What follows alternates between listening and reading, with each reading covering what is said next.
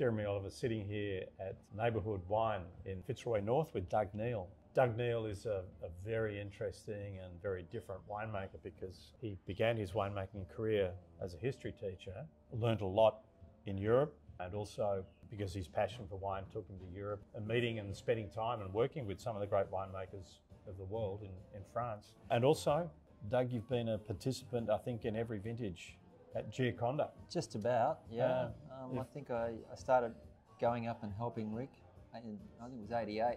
I'd been selling his wine in 86 and 87 when he first came on the scene.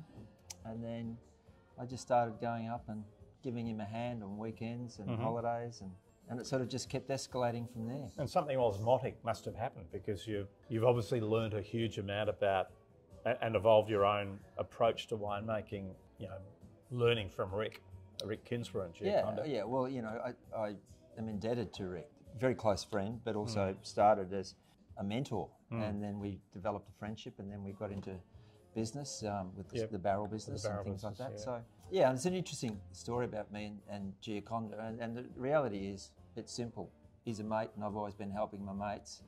And that's been my role there, just to do whatever I can to help. And I learned a lot. But also, and we see it in the wines that you're making today, very strong European influence. And who are the people in France that you learned from, that you're lucky to be, you know, spending time with? In the 90s, I spent quite a lot of time in Burgundy, a little in the Rhone, but more in Burgundy. And probably the reality is that I like the very older producers in Burgundy that, you know, like Domaine Laflave, the old Louis Carillon from Polini, Jean-Marc Blaine, Blaine Gagnard, from a Chardonnay point of view, and also Michelot, the old Bernard and Bernard. So I spent a lot of time with people like those, tasting and thinking about wine. I did a little stint at Cordon Grancy, just a few weeks there. That was interesting during vintage in 1990. And tasting regularly in various producers in the northern part of Burgundy. I guess my favourite was always Henri Jayer and then Rousseau. I mean, I spent quite a few days, you know, every visit with tasting with producers like Charles Rousseau from there.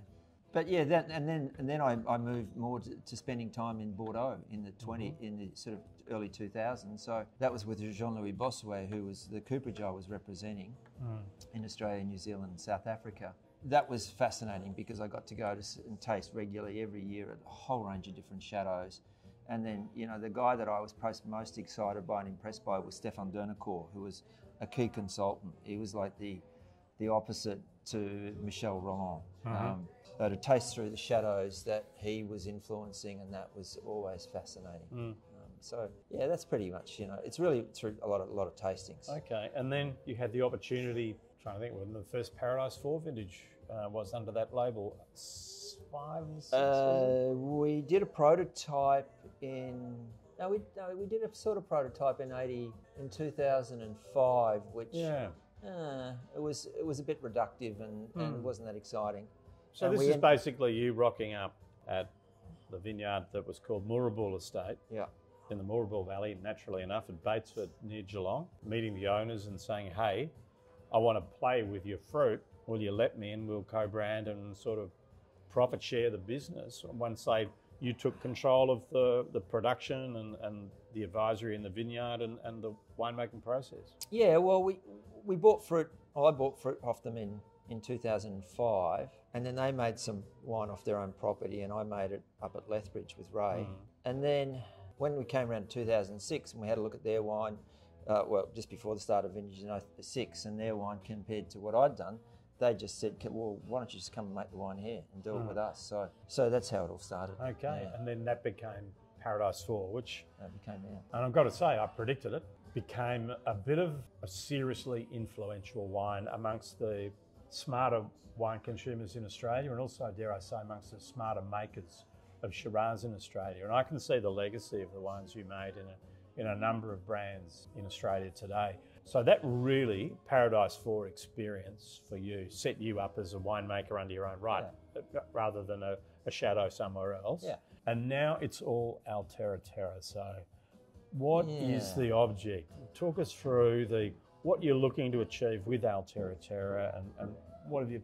I think it's actually the culmination of a lot of things you've learned in your life. You know.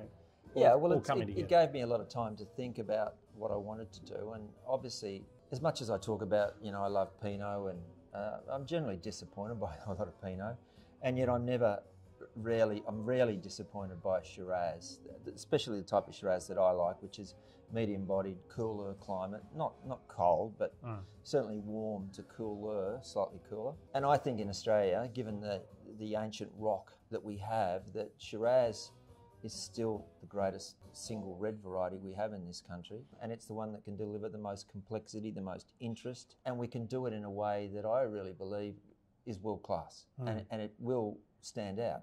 So for me, it was always going to be about Shiraz, and then finding vineyards that were rock based, and then sat within that climatic zone that I wanted to. Your make late harvest climate Yeah. zone, yeah. Something about the Shirazes that you've made, Doug, always reminds me of Pinot.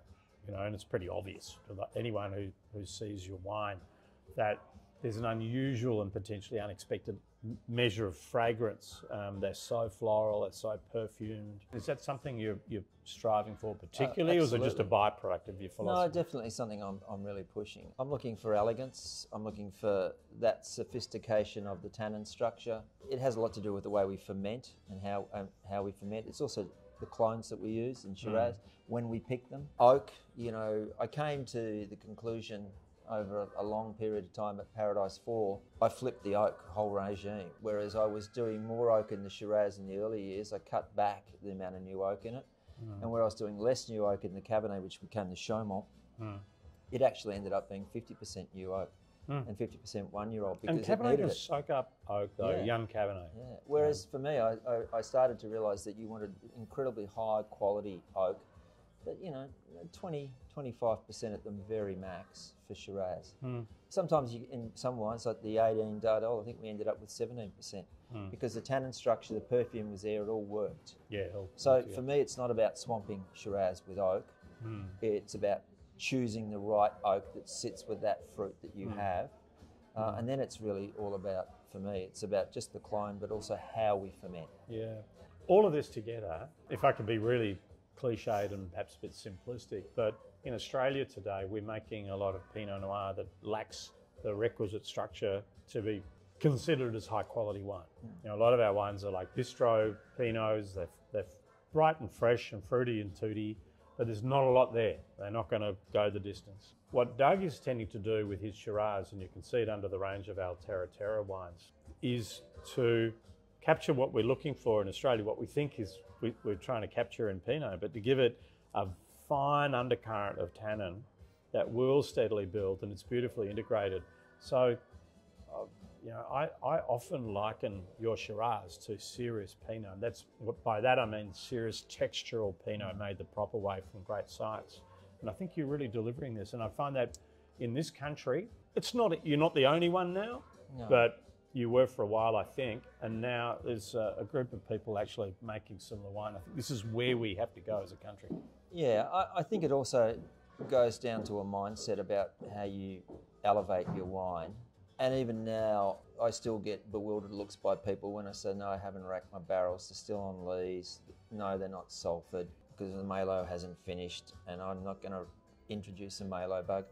You know, I see so many winemakers who come into vintage, they've already got their wines sulfured, they're through Malo, they're in tank in Malo, and then they put it in a barrel, heavily sulfured, and job done. And part of the reason behind what I do is that what I learnt in Burgundy and you know, Christophe Remier wrote this really important paper, and it was, you know, emphasised by many other people that I met over the time, is the greatest wines were those that sat on lees, no sulphur, during winter and into spring.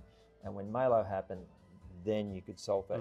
You got development, and you're building that wine from the base upwards. Yeah, you know, you're not basically saying, hey, we need some of this, some of that. Let's mix them all together quick, get it done. No, it's a slow elevage. It's a slow building of it process. Now, to be fair to it, you know, to everyone, it's easy when you're only making a small amount, and because it does require attention to detail. Because when you're doing that process, you have to check your barrels regularly. Check and top, check and top, check and top. You've got to make sure your cellars are cool. You can't have them in a warm cellar. So, you know, there are clear reasons why some producers can't do that. And if I was in their situation, I'd be doing exactly what they do. So it's just that combination of being in a cellar where I could leave it and not worry about the temperature getting too high when a barrel is still unsalted because it hasn't gone through mailer. So it's, you know, for some people, I'm sure there are plenty of winemakers who would probably jump at the chance to do it if they had the right conditions. Yeah, and the ability to keep it so small. Yeah. Good point. Just to conclude on Altera Terra, most of your wines, except for the Woods Paddock Shiraz, which is an individual vineyard Shiraz from the Pyrenees, most of your wines are blends. Tell me a little bit about, you know, your philosophy as a blender. I think you do this extremely well, and you've got in my opinion, a rare gift to take different parcels and really capture synergy when they're joined together. What's your view on? Well, blending is that they've got to have a synergy. If they don't have a synergy, you know, it doesn't matter what you do, they're never going to work. So whatever you're working to achieve, there must be some sort of linking element between the two wines that is going to, otherwise that one just drowns out the other, or they cancel each other and you end up with a pretty boring wine. So it's not always achievable. Having said that, it was really, in many ways, it was born out of necessity because the 21 vintage in Canberra was so, you know, poor. And I really didn't want to, after having released single vineyard wines from Canberra in 19, there was no way I was going to release those as single vineyard wines. So it was more about finding the right things to work to create wines of substance and quality. And that drew back to my experiences when I was working retail in the 80s, where, you know, that's when we had all that ability to taste things like old O'Shea's and old Lindemans and old Kaiserstuhls, but all sorts of wines that were made in the 50s and 60s that were still available and still could be bought, that were multi-regional. And I thought, well, you know, so what? Let's go back and do it. You know, I'm not doing anything that's new. I'm just going, it's the circle coming around again. So that was the point. And the other thing is that I think if you're going to release a single vineyard wine, you know, it's all very well to say I've got a single vineyard wine, but is the vineyard ain't compelling enough to be single vineyard? And just putting a name on it means nothing to me. A single vineyard wine has to have so many interesting qualities that it should stand alone on its own right. But if you're just whacking a name on it... Tell you what, Doug, you're about 1% in Australia who think that. Yeah, well, so I don't. I subscribe. I love single vineyard wines, but the vineyard's got to be pretty damn good. And if you think about it, if you just take Burgundy as an example, which is a very small area, and most of them are either village or Bourgogne. There's very few Premier Cru sites and even fewer Burgundy sites. So what does that tell you? It simply tells you that there's not that many great single vineyard sites. So we should encapsulate those when they are great, and then understand that the weaknesses of one could be added to the strength of another, which has a different weakness, and you can make far more interesting wines. Wow. So there we go, Doug. Thank you. This is a great education on a philosophy of, you know, what Shiraz can be, how to blend. Doug's Altera Terra label is something I really think any serious wine enthusiast in Australia should be tasting, decide for themselves whether or not they like them. That's obviously up to each individual, but I think the work and the thought behind the creation of these wines is truly remarkable. And I'd congratulate Doug and wish him well on this incredible new journey. And obviously here at Oliver's Wines, we're totally behind it. We love these new wines of yours, Doug, and we're very, very proud to carry them and wish you well with Altera Terra. Thanks, Jeremy. And I think it's going to be an amazing journey, but if you haven't tried these wines, find a way to do so. If you're really serious about where Australian wine is really cutting into top-level European style and an understanding of balance and harmony. There we go. Great. Thanks very much.